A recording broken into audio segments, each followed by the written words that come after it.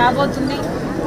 ఆంధ్ర రాష్ట్ర ప్రజలందరినీ కాంగ్రెస్ పార్టీ కోరుతున్న విషయం, మీరు 5 సంవత్సరాలు చంద్రబాబు గారికి అవకాశం ఇచ్చారు, ఇంకొక 5 సంవత్సరాలు జగన్మోహన్ రెడ్డి గారికి వైసీపీకి అవకాశం ఇచ్చారు.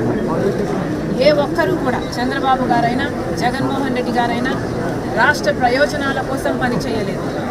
ఆంధ్ర రాష్ట్ర ప్రజల హక్కు ప్రత్యేక హోదా, అలాంటిది ఒక్కరోజు కూడా అధికారంలో ఉండి కూడా ఒక్కరోజు కూడా నిజమైన ఉద్యమం చేయని వాళ్ళు చంద్రబాబు గారైనా జగన్మోహన్ రెడ్డి గారైనా.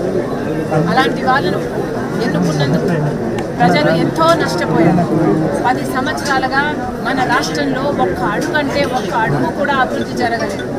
మనకు స్పెషల్ స్టేటస్ వచ్చునుంటే వేల కొద్ది ఒక్కొక్క నియోజకవర్గంలో కనీసం ఒక 100 కొత్త పరిశ్రమలైనా వచ్చేవి.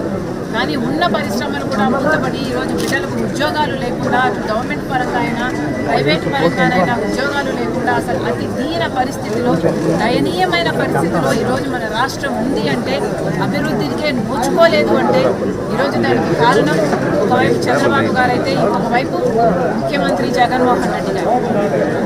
ఇలా ఉండగా రాష్ట్ర ప్రజలందరినీ కాంగ్రెస్ పార్టీ కోరుతుంది, ఆలోచన చేయండి. మనకు స్పెషల్ స్టేటస్ వస్తేనే మన రాష్ట్రం బాగుపడుతుంది.